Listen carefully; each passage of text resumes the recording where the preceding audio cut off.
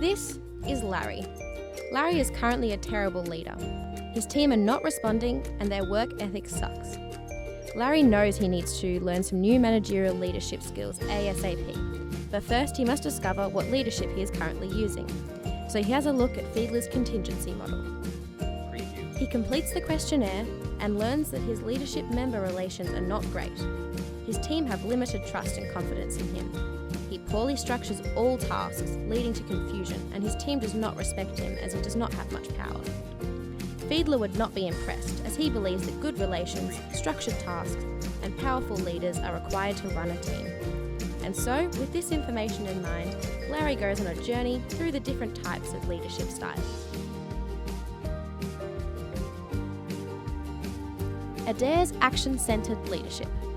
Adair's is a simple system which focuses on 3 elements: the task, the group, and the individual. Adair's action-centered leadership builds on already existing theories, but simplifies these into 3 elements and includes a leadership and responsibility aspect. It is not a standalone procedure and must be accompanied by an overall management and leadership approach in order to extract the most benefit from the theory. To complete a task, a leader needs to take into account aims, resources, cooperation, culture, rewarding employees, and an understanding. Larry decided not to use this style of leadership. He found it too simplistic and it is outdated in today's world. Next, Larry takes a look at the leadership member exchange. The LMX theory describes how relationships between team members and managers can change with perceived effort. There are 3 main stages to the LMX theory. Role-taking, which involves sussing out new members' skills and abilities. Role-making, which expects these team members to work hard, be loyal, and prove themselves. It's during this process that they are sorted into 2 categories: in-group team members who have proved themselves and worked hard, and out-group members who haven't. In-group members are much more likely to be given opportunities in the future. Finally, the routinization stage is required for team members to form solid relationships. Although the theory sounds good, it's really not that useful. It doesn't describe any specific behaviours at all. Unsure Larry decides he should try something else. The next theory on Larry's to-try list is Tannenbaum and Schmidt's continuum theory. The continuum of leadership behaviour is about balancing control with freedom. It suggests that as freedom of subordinates increases, the authority of the leader decreases, and vice versa. If employees have little freedom and a leader tells them what to do, they are under what is considered an autocratic style system. This doesn't tend to work well in creative environments. By allowing freedom but still maintaining authority, the leadership develops into a consulting style.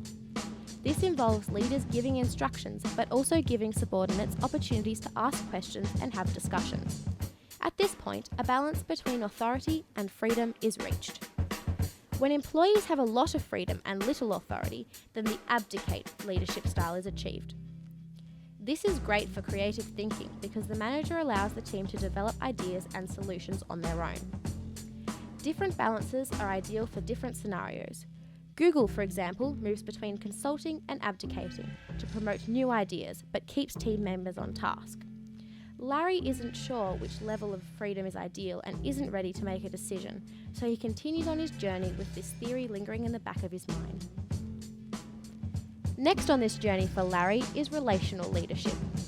This theory suggests that tasks have different demands depending on the situation and whether they are routine or not. Leaders should change the way they act and lead depending on these circumstances. To become a better leader, they must learn to recognise these patterns, observing both the environment and the people. Leaders should also take into consideration experiences and new circumstances, and not merely sit behind a desk. They should make positive relations with employees and other stakeholders within the organisation. Larry learns that Google implemented Google Cafes so that employees can stimulate conversation and work together as a team, and he is very excited by this prospect. Finally, Larry looks at transformational leadership. Transformational leaders stimulate and inspire their followers to achieve extraordinary outcomes. They let team members develop their own leadership capacity, as well as giving them a sense of self-worth. If a leader can successfully inspire their team to commit to a shared vision and goal, challenge them to be innovative problem solvers, and coach and mentor them to build leadership skills, then they will well and truly exceed expectations. Larry once again looks to Google and sees that they too use ideas from this theory by not only allowing their employees to come up with ideas and concepts, but also funding said ideas.